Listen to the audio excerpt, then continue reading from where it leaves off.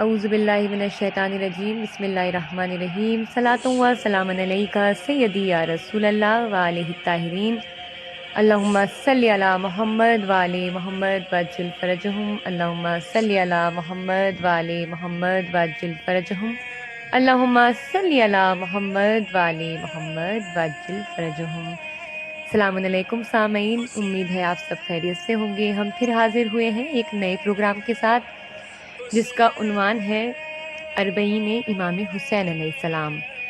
گفتگو کے لیے ہمارے پاس موجود ہیں بہترین عالمہ سیدہ فیضی بطول نقوی صاحبہ۔ السلام علیکم خواہر۔ علیکم السلام۔ امید ہے خیریت سے ہوں گے آپ؟ جی الحمدللہ۔ بہت شکریہ خواہر، آپ نے ہمیں ایک بار پھر موقع دیا اور ہمارے سامعین کے لیے آپ نے یہ زحمت گوارا کی کہ ہمارے پاس آپ ہمارے پروگرام میں موجود ہیں۔ بہت شکریہ آپ کا۔ خواہر، میرا ایک سوال ہے آپ سے کہ زیارت اربعین جو ہے یہ اربعین امام حسین پر، آخر ہم نے دیکھا ہے کہ کروڑوں لوگ پہنچتے ہیں وہاں پر، کروڑوں، تو آخر زیارت اربعین پر انسان کے جانے کا کیا مقصد ہے؟ جی اعوذ باللہ من الشیطان الرجیم بسم اللہ الرحمن الرحیم وبہ نستعین وہو خیر المعین۔ امام حسن عسکری علیہ السلام ارشاد فرماتے ہیں، علامات المؤمن خمس صلاۃ احدی والخمسین وزیارۃ الاربعین وتقدم بالیمین وتعفیر الجبین والجہر بسم اللہ الرحمن الرحیم۔ امام حسن عسکری علیہ السلام ارشاد فرماتے ہیں کہ مومن کی 5 علامات ہیں۔ ان میں سے پہلی علامت یہ ہے کہ 51 رکعت نماز ادا کرنا، دوسری زیارت اربعین، تیسری علامت مومن کی یہ ہے کہ سیدھے ہاتھ میں عقیقی انگوٹھی پہننا، اور چوتھی علامت یہ ہے کہ سجدہ کرتے وقت اپنی پیشانی کو سجدگاہ پر رکھنا، زمین پر رکھنا، والجہر بسم اللہ الرحمن الرحیم، اور بسم اللہ الرحمن الرحیم بلند آواز سے کہنا۔ سبحان اللہ۔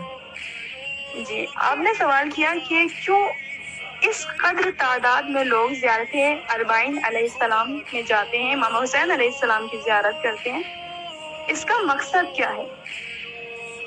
میں اپنے سوال کا جواب کچھ پوائنٹس میں دینا چاہوں گی۔ اس میں سے پہلا مقصد یہ ہے، پہلا ہدف اظہار ولایت و محبت۔ سبحان اللہ، سبحان اللہ۔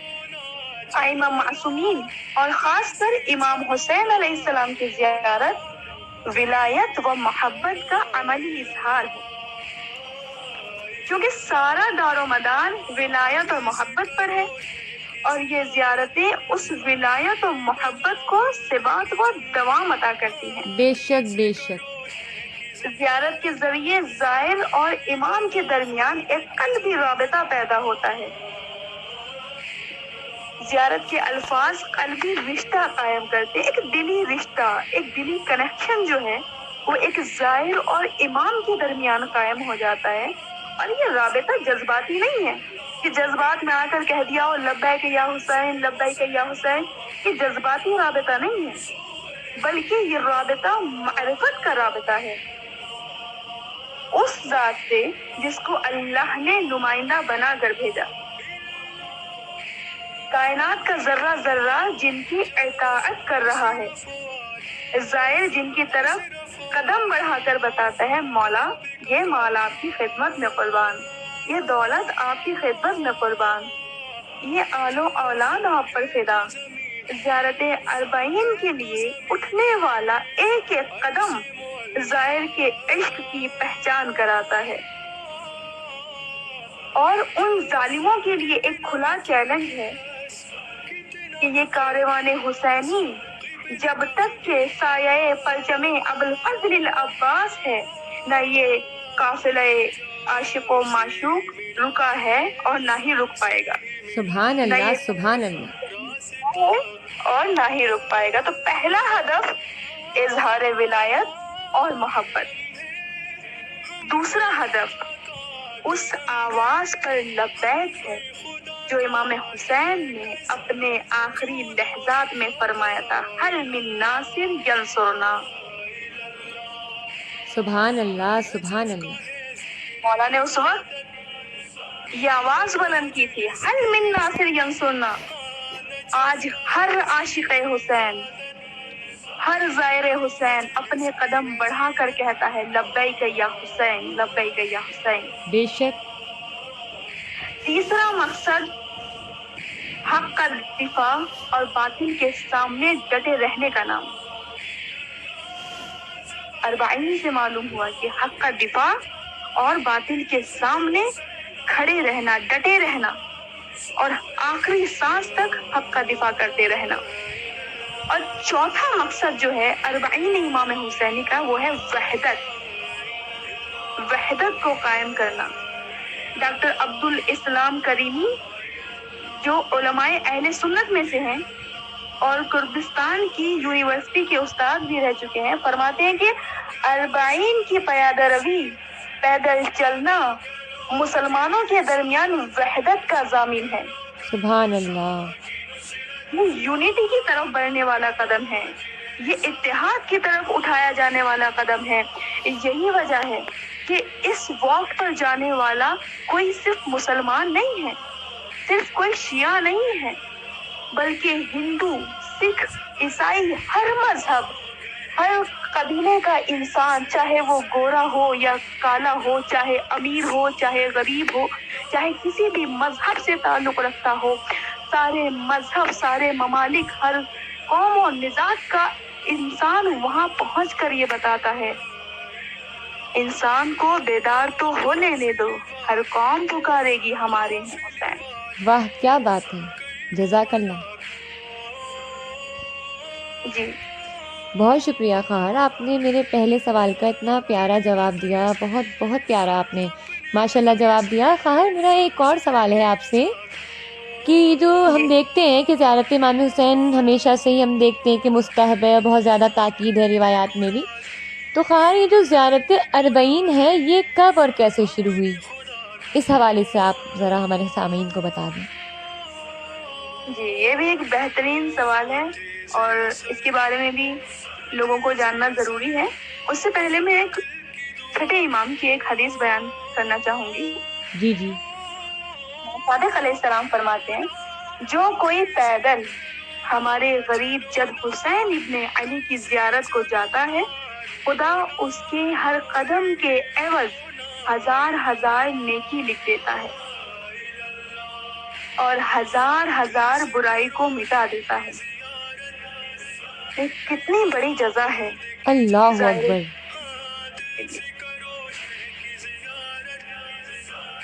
اس کے بعد آپ کے سوال کا میں جواب دیتی چلوں کہ یہ سلسلہ کب سے شروع ہوا۔ اگر ہم دیکھیں اس سلسلے کو کہ یہ اربعین پر پیادہ روی، اربعین پر زیارت حسینی کا سلسلہ اگر ہم دیکھنا چاہیں تو سب سے پہلے جو شخصیت گئی تھی وہ تھے جابر ابن عبداللہ انصاری، بے شک بے شک۔ عطیہ کوفی نا، یہ تاریخ تو سب کو معلوم ہے۔ سب سے پہلے جانے والی شخصیت جابر بن عبداللہ انصاری اور عطیہ کوفی۔ سن 1281 قمری میں پیادہ مدینے سے کربلا کی طرف انہوں نے پیادہ روی کی، گئے، واک کیا، اور انہی کے بعد فوراً جناب زینب کبریٰ سلام اللہ علیہا، مولا سجاد علیہ السلام اور ان کا قافلہ زیارت امام حسین کو آیا اور یہیں سے زیارت اربعین کا آغاز ہوا۔ تو سب سے پہلی زیارت جنہوں نے کی وہ یہ۔ اس کے بعد اللہ اکبر۔ اس امر کی طرف توجہ کم ہوئی، تھوڑا بہت توجہ جو ہے لوگوں کی وہاں نہیں رہی، لیکن اس اربعین واک پہ جو سب سے زیادہ کام کیا ہے وہ ہمارے علماء نے کیا ہے۔ بے شک بے شک۔ سب سے زیادہ توجہ دلانے والے ہمارے علماء، اور جب یہ توجہ اربعین کی جانب، پیادہ روی کی جانب لوگوں کی کم ہو گئی تو بزرگ عالم دین شیخ مرزا حسین نوری نے دوبارہ اس سنت کو زندہ کیا اور عید قربان کے دن پیدل نجف سے کربلا کی طرف حرکت کی. اور صرف اکیلے نہیں گئے بلکہ 30 افراد آپ کے ساتھ تھے، جو ان کے ساتھی تھے. 30 افراد اور تھے جنہوں نے نجف سے کربلا پیادہ روی کی. اس کے بعد محدث نوری، مرزا جواد آقا ملکی اور بہت سارے علماء تھے. لیکن ہمیں یہ دیکھنا ہے کہ کس کس نشیب و فراز سے یہ 40 واک گزرا ہے، یہ زیارت حسینی گزری ہے. بے شک. اس چیز پر روشنی ڈال دینا بہت ضروری ہے. دیکھیے، واقعہ عاشورہ کے بعد بنی امیہ کے دور میں ہی ایک بارگاہ امام حسینی بنا دی گئی. ٹھیک، بنی اسد اس کے گرد زندگی گزارتے تھے. مختلف حالات اس بارگاہ حسینی میں مختلف نشیب و فراز آتے رہے ہیں. جیسے کہ معلوم ہے جابر بن عبداللہ انصاری تو ہو آئے. اس کے بعد متوکل عباسی نے چند مرتبہ حرم مطہر امام حسین علیہ السلام کو خراب کیا، اور اس دوران لوگوں کے دلوں میں، مولا کے چاہنے والوں کے دلوں میں شوق زیارت اس قدر تھا کہ متوکل لعنت اللہ مجبور ہو گیا کہ زیارت امام حسین پر پابندی لگا دے، اور اگر کوئی جائے بھی تو اپنا دایاں ہاتھ اس کو کٹوانا ہوگا. دیکھیں ظالم کی سازشیں دیکھیں. اللہ. اس نے یہ سوچا ہوگا یہ حسین سے عشق بھی ایک ایسی ہی عشق ہے جیسے دنیاوی عشق ہوتا ہے، کہ تھوڑا سا امتحان لے لیا اور اس کے بعد یہ عشق ختم ہو گیا. لیکن وہ جانتا نہیں ہے حسین سے عشق کی منزلیں وہ ہیں کہ جس کے پیمانہ ہی نہیں بنا کہ کوئی اس کو بے ناپ شک. بے سکے. شک. کیسی محبت ہے ایک زائر حسین میں مولا حسین کے لیے. بے جب اس شک. نے بندی لگائی کہ ہاتھ کٹوا دیا جائے گا، لیکن نہ شوق زیارت کم ہوا، نہ عاشقوں کی بھیڑ کم ہوئی. اس لیے کہ رسول اللہ کا قول ہے اِنَّا لِلْقَتْلِ الْحُسَيْنِ حَرَارَةٌ فِي قُلُوبِ الْمُؤْمِنِينَ لَا تَبْرُدُ أَبَدًا. قتل حسین سے وہ حرارت پیدا ہو گئی ہے مؤمنین کے دلوں میں، اور پیدا ہوتی رہے گی جس کو کوئی خاموش ہی نہیں کر سکتا. جو سبحان کبھی اللہ. متوکل کے بعد اس کے بیٹے منتصر کے ذریعے دوبارہ تعمیر ہوئی. لیکن اس کے بعد ایک حکومت آتی ہے آل بویا. ٹھیک ہے، آل اچھا. بویا کی حرم امام حسین کی تعمیر کروائی گئی اور حرم کو اور زیادہ وسعت دی گئی. اور جو یہ سونے کا کام ہوا ہے یہ آل بویا کے زمانے میں ہوا. اچھا، ماشاء لوگوں اللہ. کا شروع ہوا، پھر سے حرم بنا. پھر آتی ہے باری شاہ اسماعیل صفوی کی. ان کے زمانے میں اور زیادہ حرم امام حسین کو رونق ملی، اور زیادہ وسعت ملی. پھر آتا ہے نادر شاہ کا زمانہ، اور ان کے بھی بعد آتا ہے قاجاریوں کا زمانہ.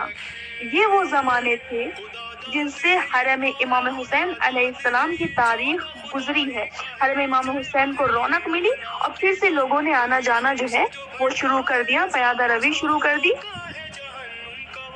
اور ماشاء پیادہ اللہ. روی آخر کے 2 قرن میں، جو آتے کی 2 صدیاں ہیں جو گزری ہیں، جی جی. علماء کی کام اور کوششوں کے ذریعے یہ انجام پائی جنہوں نے ائمہ کی پیروی کرتے ہوئے اس سنت کو برقرار رکھا. زیارت کربلا پیادہ روی شیخ اعظم انصاری کے ذریعے انجام پائی. واہ واہ، کیا بات ہے. ان کے بعد پھر شیخ آخوند خراسانی کے ذریعے، جنہوں نے اپنے اصحاب کے ساتھ اس سنت پر عمل کیا. لیکن پھر ہوا کیا؟ پھر یہ ہوا کہ آنے جانے کے وسائل ہے نا، مشینیں ایجاد ہونے لگی، جی جی. آنے جانے کے اچھے ہونے لگے، تو لوگوں نے پیادہ روی کم کر دی. زیارت پر جاتے تھے لیکن تھوڑا سا کم ہو گیا، اب ان کا استعمال زیادہ ہونے لگا. لیکن پھر یہاں پر آئے علماء، پھر آئے سنت ائمہ پر عمل کرنے والے. تبھی تو کہتے ہیں نا العلماء ورثۃ الانبیاء. یہی ہے جو امام کی سنت کو زندگی دینے والے ہیں، یہی ہے جو امام کی سنت کو احیا کرنے والے ہیں. آئے کون؟ آیت اللہ سید محمود شہرودی. انہوں نے اصرار کیا کہ لوگوں کو پیادہ روی پہ جانا چاہیے، لوگوں کو اربعین واک پہ جانا چاہیے. اور یہی وہ زمانہ تھا کہ ایران کے لوگوں نے بھی بڑھ چڑھ کے اربعین کے لیے حصہ لیا تھا. اس کے بعد پھر تاریخ کا برا دور آتا ہے. وہ کون سا دور؟ سعود ابن عبداللہ عزیز، جو حکومت سعود کا بنیاد رکھنے والا، لعنت اللہ علیہ. لعنت اللہ علیہ، لعنت والعذاب فی الدنیا والآخرہ. وہابی فکر تھی آمین. اس کی. اس نے پھر کیا کیا؟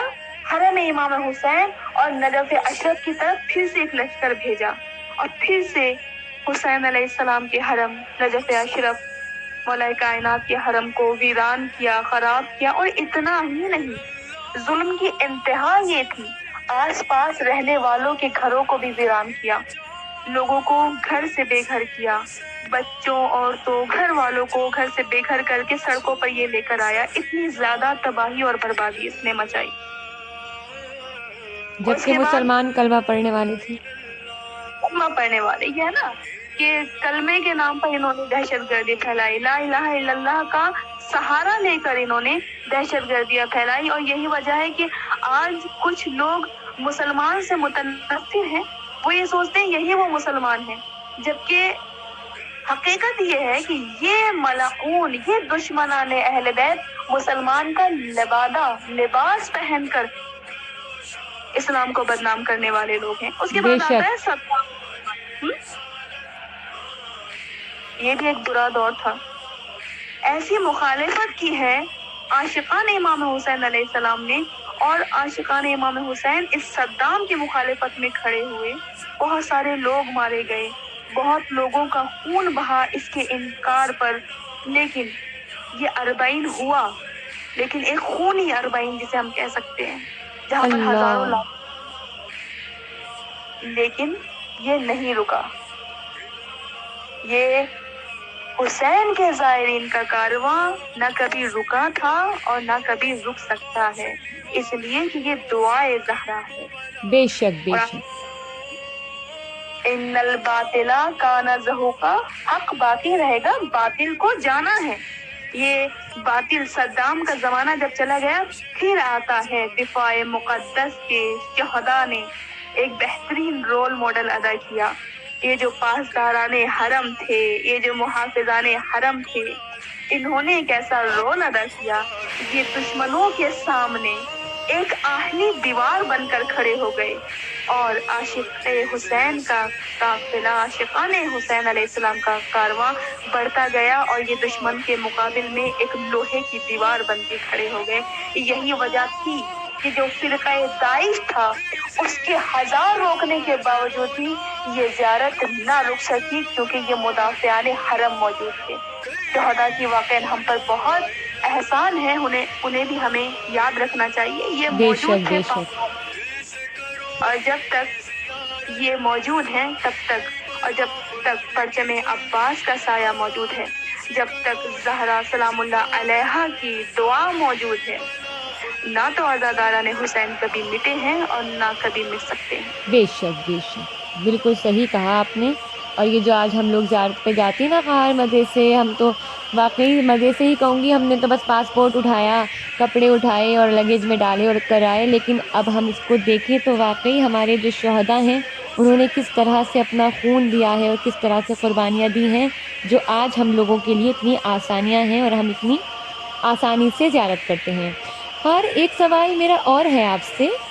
کچھ بیوقوف اور جوہلا خواہر یہ سمجھتے ہیں کہ جو اربعین واک ہے، جو آج کل میڈیا کے ذریعے سے بہت زیادہ ہائی لائٹ ہوتی رہتی ہے اور ماشاء اللہ سے کروڑوں کا مجمع پہنچتا ہے، کچھ جوہلا بیوقوف یہ سمجھتے ہیں کہ جو ہندوؤں کی پیدل یاترا ہے، پیادہ روی ہے، یہ اس سے متاثر ہو کے شیعہ کرتے ہیں اور یہ شیعت میں نیو کریشن ہے. خواہر آپ اس حوالے سے کیا رہنمائی فرمائیں گی ہمارے سامعین کی؟ یہ بھی ایک بہترین چیز ہے. خیر، اپنی اپنی آستھا ہے، اپنی اپنی شردھا ہے.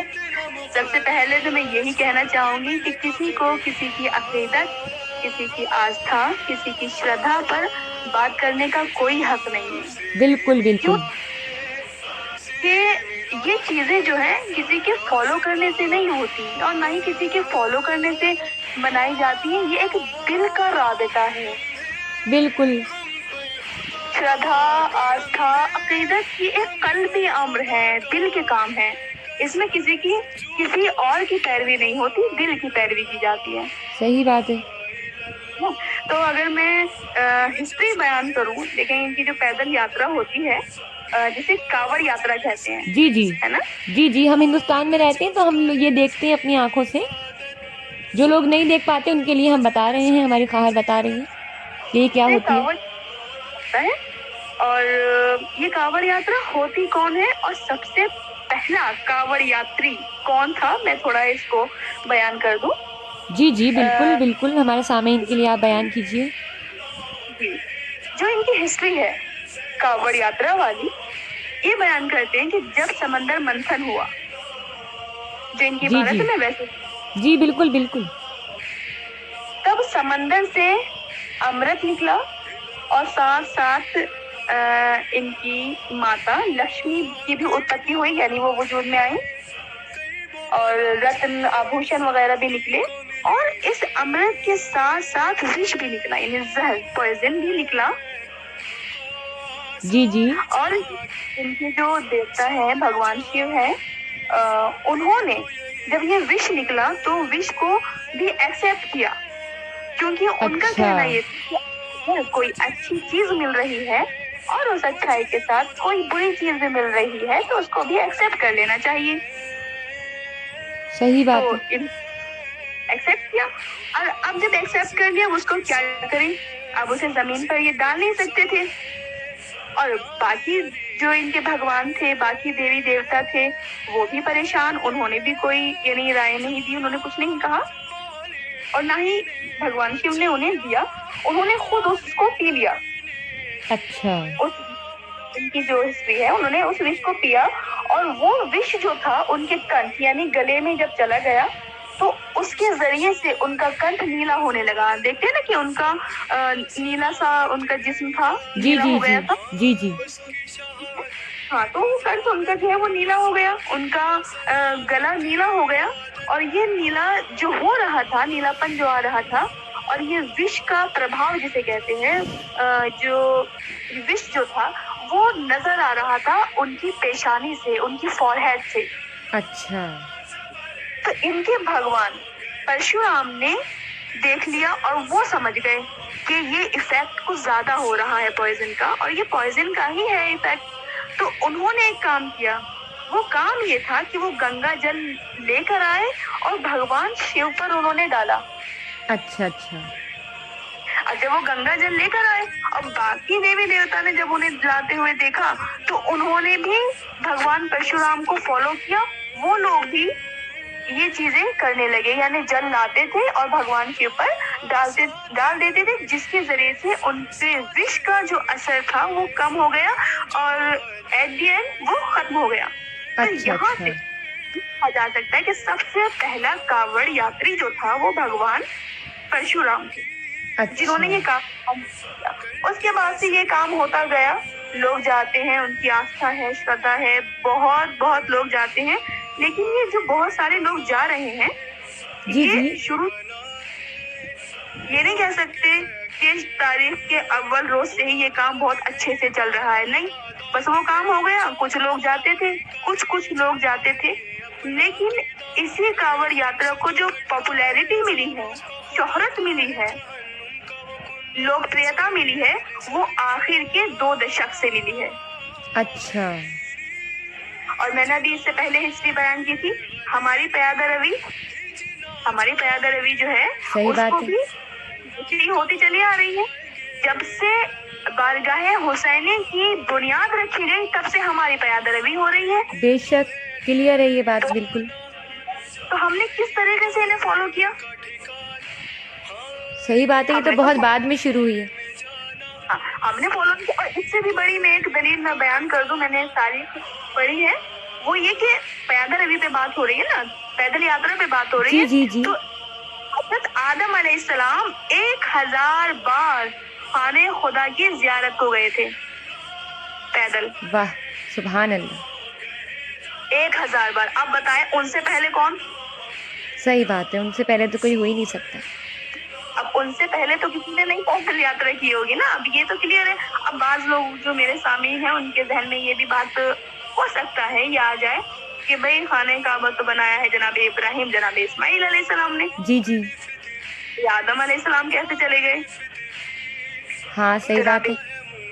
اور جناب اسماعیل علیہ السلام نے اس کی بنیاد رکھی نہیں ہے, اس کو تعمیر کروایا ہے, اس کی دیواریں بلند کروائی ہے. بنیاد تو حضرت آدم علیہ السلام رکھ چکے تھے اس کی. بے شک بے شک. اولا بیتن کہتا ہے قرآن اس کو, اولا بیتن, خانہ کعبہ کو سب سے پہلی چیز سب سے پہلا یہ گھر. ہے. اور یہ میرے جملات نہیں ہیں, یہ خود قرآن مجید ارشاد فرما رہا ہے, وَإِذْ يَرْفَعُ إِبْرَاهِيمَ قَوَاعِدَ مِنَ الْبَيْتِ وَإِسْمَاعِيلُ رَبَّنَا تَقَبَّلْ مِنَّا إِنَّكَ أَنْتَ السَّمِيعُ الْعَلِيمُ. وَإِذْ يَرْفَعُ إِبْرَاهِيمُ, جب ابراہیم نے, قواعد کہتے ہیں دیوار کو, من البیت, جب بیت کی دیواروں کو بلند کیا. جی جی بالکل. اور اسماعیل بھی موجود تھے. یعنی قرآن کی آیت صاف بتا رہی ہے کہ ابراہیم اور اسماعیل علیہ السلام نے کعبہ کی تعمیر کروائی ہے, اس کی بنیاد نہیں رکھی ہے. واہ بنیاد واہ حضرت کیا آدم بات ہے. رکھ چکے تھے.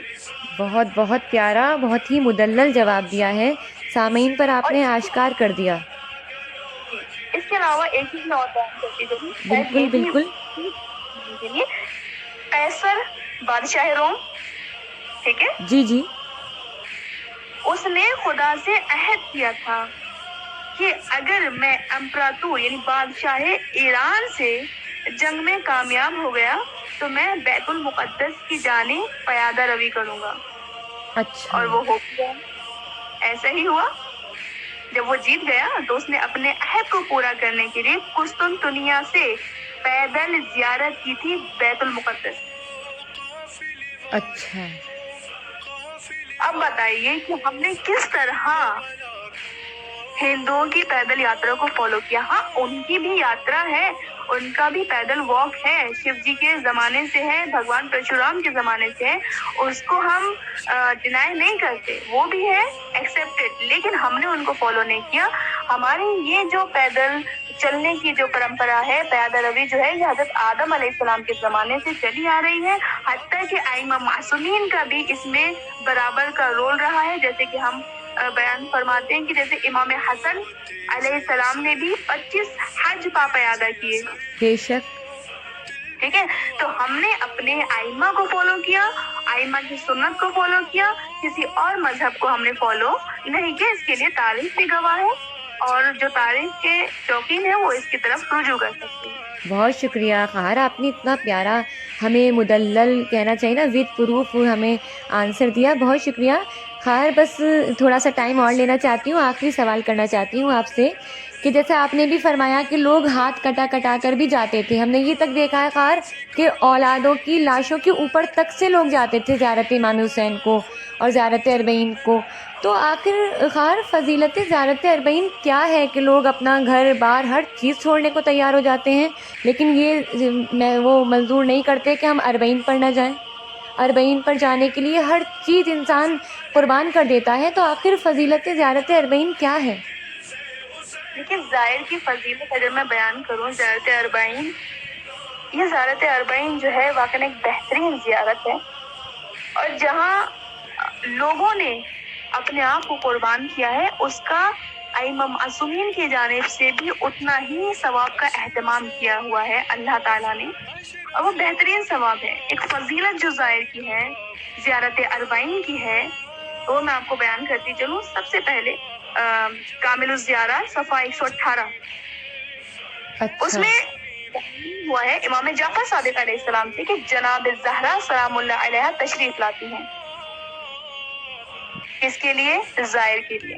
حضرت فاطمہ بنت محمد صلی اللہ علیہ وآلہ وسلم اپنے فرزند حسین کی قبر کی زیارت کرنے والے کے پاس تشریف لاتی ہیں اور ان کے لیے طلب مغفرت کرتی ہیں, جس کی بنا پر ان کے گناہوں کو معاف کر دیا جاتا ہے. اب سوچئے, وہ حضرات جن کے در کی خدمت پر ملائکہ فخر کریں, وہ حضرات زائر کی ملاقات کو آئیں اور ان کے لیے طلب مغفرت کریں، واقعاً کس قدر عظیم سعادت ہے۔ اللہ اکبر، اللہ اکبر۔ دیکھیں دوسرا ثواب جو زیارت اربعین کرنے والوں کے لیے فضیلت اربعین میں ہے، جو بھی زیارت کرتا ہے فشار قبر سے نجات نصیب ہوتی ہے۔ بہت بڑی اللہ چیز۔ اکبر، اللہ اکبر۔ دیکھیں میں ایک مثال دیتی چلوں، اگر ہماری کوئی انگلی بھی دروازے سے دب جائے تو کس قدر درد ہوتا ہے، اور اس کے اثرات نہ جانے کب تک باقی رہتے ہیں۔ فشار قبر یعنی دونوں دیواروں کا آپس میں مل جانا۔ جب یا دونوں اللہ، دیوار آپس میں ایک دوسرے سے ملیں گی تو درمیان میں میت کی حالت اب سوچیں کیا ہوگی۔ مرنا یا تو سب اللہ، کو ہی ہے۔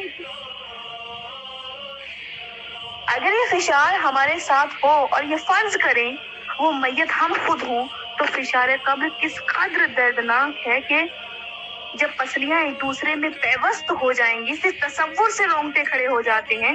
واقعی درد کا کیا ہی پوچھنا۔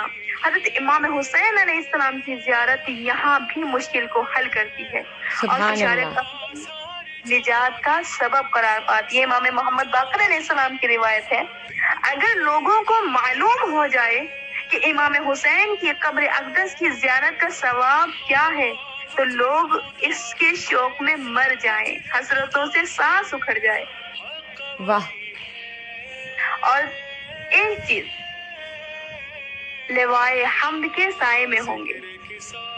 واہ، خداوند عالم نے محمد و آل محمد علیہ السلام کو بے پناہ مراتب و درجات عطا کیے ہیں۔ ان میں سے ایک عظمت یہ ہے بلند ترین لوائے حمد، بلند تر لوائے حمد۔ یہ ایک ایسا پرچم ہے جس کے 70 پھریرے ہیں اور ایک پھریرے کی وسعت چاند و سورج سے زیادہ ہے۔ سبحان اللہ، یہ پرچم خدا کی طرف سے حضرت رسول خدا کو دیا جائے گا۔ اور آگے کا جملہ سنیے، جب یہ رسول اللہ کو دیا جائے گا اور آن حضرت اپنے علمدار حضرت علی ابن ابی طالب کو وہ پرچم عطا کریں گے، بے شک، بے شک، اول سے آخر تک تمام انبیاء، تمام اوصیاء اس پرچم کے سائے میں ہوں گے، اور ساتھ کے ساتھ زیارت حسین کرنے والا، اربعین پہ جانے والا بھی اس کے سائے میں ہوگا۔ تو یہ اللہ کتنا اکبر۔ رسول اللہ علم دیں گے مولا کائنات کو۔ پھر میں جملہ عرض کر دوں، چاہے دنیا ہو یا آخرت ہو، دنیا ہو یا آخرت ہو، نبی کے علم کا علم بردار صرف ایک ہی ہے، علی ابن ابی طالب۔ بے شک، بے شک، اظہر من الشمس سے یہ بات تو۔ علم نبی نے علی کو دیا تھا خیبر میں، وہ دن اور آج کا دن ہے، علم ہمارا ہے۔ بے شک، اور چوتھی فضیلت، یہ دیکھیں بہت بڑی فضیلت ہے ظاہر امام حسین کی۔ حضرت رسول خدا حضرت علی مرتضیٰ اور انبیاء علیہ السلام مصافحہ کریں گے ظاہر امام حسین سے۔ اللہ اکبر، اگر کوئی امام حسین کی قبر مقدس کے پیچھے ایک نماز پڑھے، وہ قیامت کے دن خدا سے اس طرح ملاقات کرے گا کہ ہر چیز اس کے نور میں غرق ہو جائے گی۔ خداوند عالم امام حسین کے زائرین کی عظمت اور احترام کرے گا، اور آگ کو مس کرنے کی بھی اجازت نہیں ہوگی۔ زائر کی منزل حوض کوثر ہے، حضرت علی علیہ السلام حوض کوثر پر کھڑے ہوں گے، اس سے مصافحہ کریں گے، کوثر کے پانی سے اسے سیراب کریں گے۔ بے شک، بہار الانوار کی جلد 101 کے صفحہ 78 میں یہ موجود ہے، اور کامل الزیارت میں بھی اسی طرح سے روایت نقل ہوئی ہے۔ اور پانچواں جو ثواب اور فضیلت ہے ظاہر امام حسین کی، پل صراط ہموار ہو جائے گی۔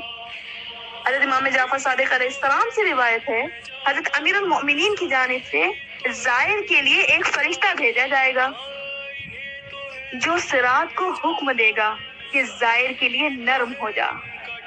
واہ، وہ جہنم کی آگ کو حکم دے گا تیرا کوئی شعلہ زائر کے قریب نہ آنے پائے، واہ، یہاں تک کہ گزر جائے۔ حضرت امیر المؤمنین کا بھیجا ہوا فرشتہ اس کے ساتھ ساتھ رہے گا۔ سو دیکھ کتنا بڑا مقام ہے۔ واقعاً، اس سے بڑا مقام کیا ہوگا. اور ایک سب سے بڑی چیز جو واقعی میں خود شاکڈ ہوتی ہوں، اتنا بڑا ثواب. پھر ہم لوگ جو ہیں، کچھ لوگ یہ بھی کہتے ہیں کہ اتنے بڑے بڑے ثواب کیسے ہو سکتے ہیں. یہ اشکال وہی لوگ کر سکتے ہیں جو ہر چیز کو مادی لحاظ سے دیکھتے ہیں. جو ہلا ہے. جی. 100 لوگوں کی شفاعت کریں گے. بے شک.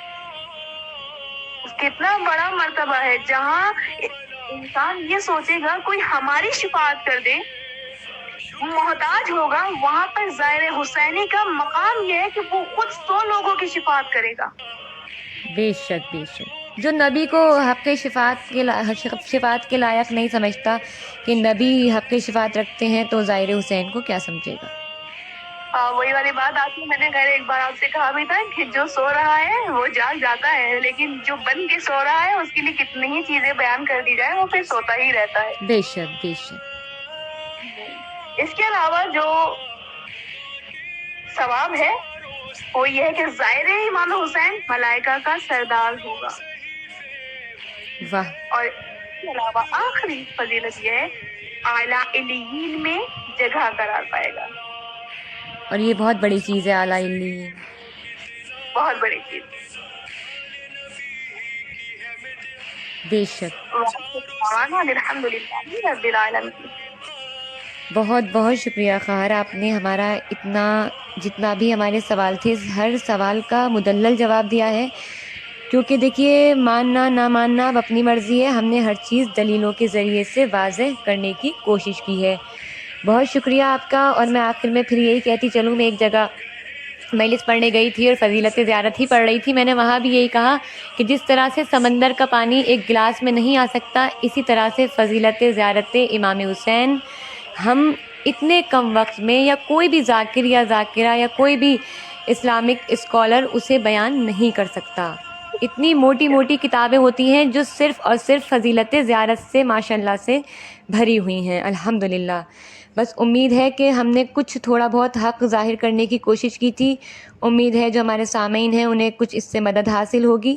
بس اسی امید کے ساتھ ہم رخصت لیتے ہیں.